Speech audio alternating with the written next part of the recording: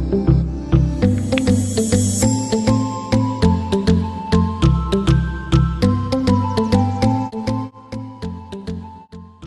morning, children. Let us begin with the class. In our previous class, we were seeing chapter crop production management. Under that, we studied why crop is so important for a life, and we studied definition for a crop and agricultural practices like kharif crops, rabi crops, example for each, and basic practices of crop production. Under that, we studied preparation of soil, sowing, adding manure and fertilizers. So in today's class, let us see what is irrigation, how do we protect a plant from weeds, and after crop cultivation, how do we harvest the yield and storage. Okay.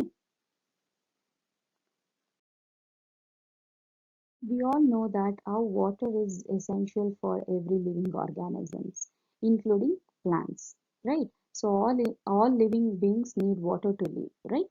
Water is so important for a proper growth and development. So in case of plants, water is absorbed by plant roots. So along with water, it absorbs minerals, fertilizers, okay? And plant contain nearly 90% of water.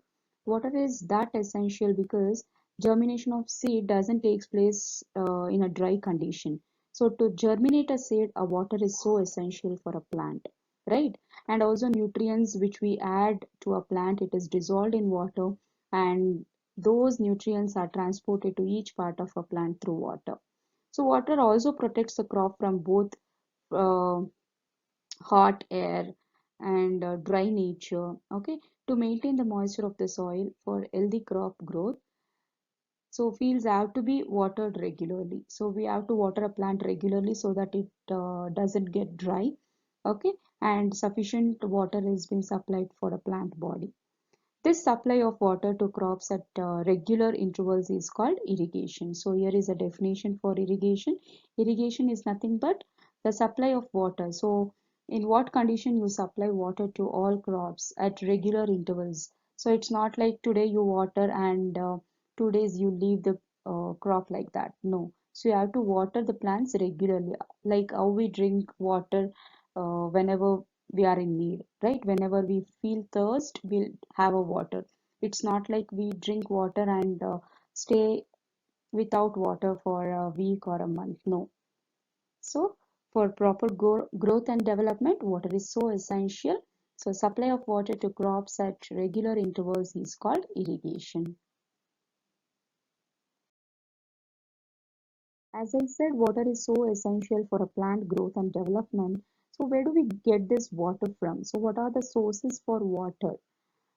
Right. So the sources of water for irrigation can be from ponds, lakes, rivers, dams, canals, tube wells. So these are all the sources from where we get the water, right? So and we make use of these water for irrigation purpose. There are few traditional methods of irrigation. We'll see. Okay, what is this traditional methods of irrigation means? So traditional method in the sense it has been followed since the technology got exist, right? So before technology got exist, we used to use this traditional methods of irrigation. So what is the traditional method of irrigation means? So whatever the water was available in wells, lakes and canals, as I said, the source of water, so the available water is being lifted by different methods. So we need to lift the water, right? It is not like directly it has been obtained from the source. No, we have to lift the water and then we have to take that water to the field. So this is something called a traditional method. Okay, like we make use of cattle or human labor, so to use this method. So these methods are very cheaper because this doesn't require any sort of machines, only human labor is required, but less efficient. The various traditional method we'll see in the upcoming slides. Here you can see the various traditional way of irrigation. First is mode, that is pulley system. Here pulley is being used to pull water from wells, and then farmer takes this water to fields and use it for cultivation purpose. Next is chain pump. So here with the help of chain the water has been pulled, okay, pulled from particular source and then it is poured to a land where the crops is been grown. Next is Dekli. So here you can see in the picture, a farmer has used a support of stick to pull the water from well, and then he collects the water from that well and he use it for cultivation purpose. Next is Rahat. So here it is something like lever system.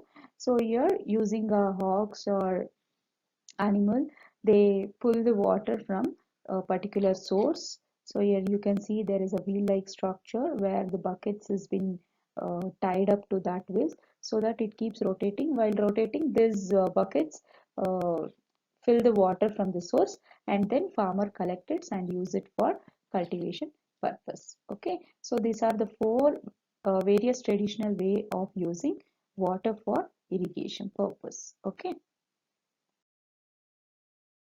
So coming to modern methods of irrigation, here water is being used sufficiently. That means usage of water economically.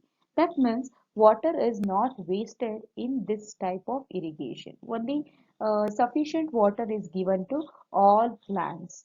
Okay. So here one advantage in case of modern methods of irrigation is it reduces water wastage in agriculture. Where in case of traditional way of agriculture or irrigation, what happens? The more amount of water is being used for plants, wherein the most wastage of water is seen in case of traditional way of irrigation. But here in case of modern methods of irrigation, only sufficient water was used for crops. That means water is used economically. Okay. So under modern way of irrigation, there are two types. One is sprinkler system and one is drip irrigation system. So coming to sprinkler system, in previous slide you saw a picture, right?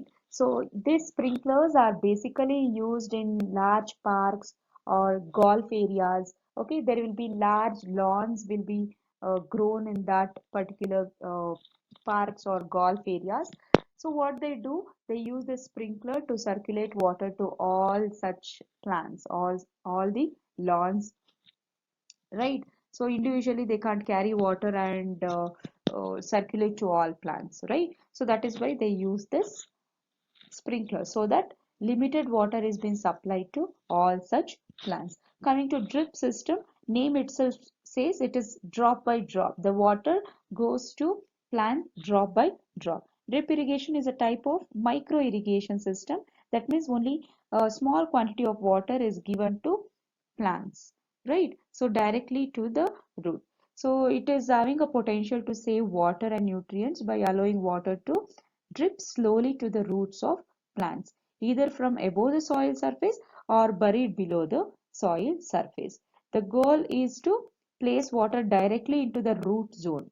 Okay, so this is given inside the soil so that it directly goes to root, so that usage of water is less in case of this modern way of irrigation. Okay.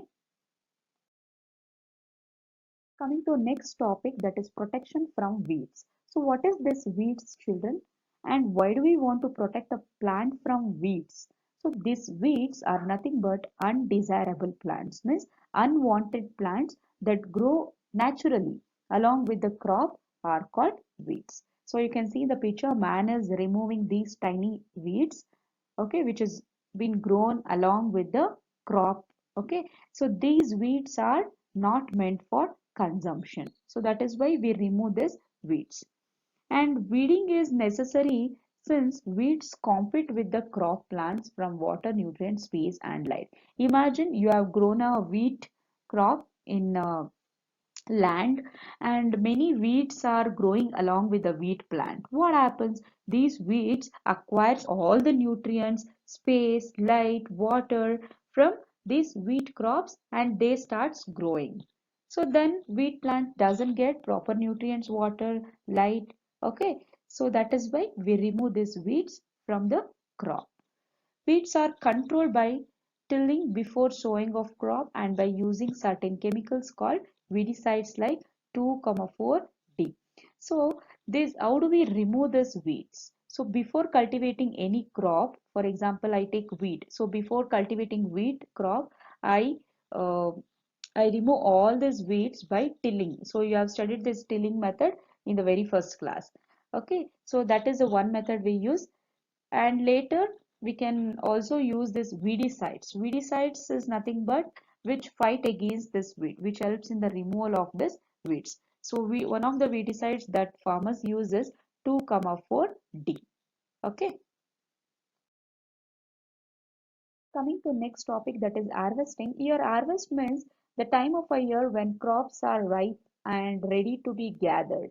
Okay, the picked crop is also called as a harvest. So here in the first picture you can see a man is harvesting a wheat crop. So the wheat grains are matured and it is ready to harvest. They are cutting the crops and you can see women are being separating this grain seeds from chaff. This process is called threshing, right? And this is also carried out with the help of machine called combine. And next, farmers with small holdings of land do the separation of grain and chaff by winnowing method. So winnowing is nothing but again it is separation of seeds or grains, right? So here in harvest you can see two methods has been used. One is threshing and one is winnowing. So after harvesting grains, food grains, so where it has been stored. So the crops are harvested in a large scale. That means it has to be preserved somewhere, right? So how do they store it? So that is a topic we'll see now. Farmers store grains in jute bags or metallic bins. So there are two ways of storing these grains. One is by jute bags or metallic bins. However, large-scale storage of grains is done in silos and granaries to protect them from pests like rats and insects. Why do they protect these seeds? So because they are stored in a large scale, right? So these has to be stored in silos. The grains will be stored in silos. You can see large containers in the first picture. They are said to be silos. And granaries, they use this gunny bags or jute bags to preserve the seeds so that it avoid pests like rats and insects. Next method they use is dried neem leaf. Uh, if they are storing a grains at home in a small quantity, they use a dried neem leaves so that it avoids from any pest or insects, right? So for storing large quantities of grains, they use a big godowns. Specific chemical treatments are required to protect them from pest and microorganism. You can see the grains, the food grains is stored in a godowns, large godowns, and they use some chemical treatments to protect them, uh, to protect these food grains from pest and microorganisms. So here is a small activity for you people, that is food from animals. So for example, I've given milk as a food, and where this milk is being obtained from. So what is the source for milk? That is cow, buffalo, sheep, goat, etc. Right? So like that, you have to name few foods and what is the source of food from animals. And this has to be written in homework book. Okay. So here is the end of your lesson, that is crop production and management. So, dear children, hope you have all followed the topic. And here is the end of the chapter, that is crop production and management. So, worksheet will be sent along with this video. Do solve it in your homework book. So, see you all. Have a good day.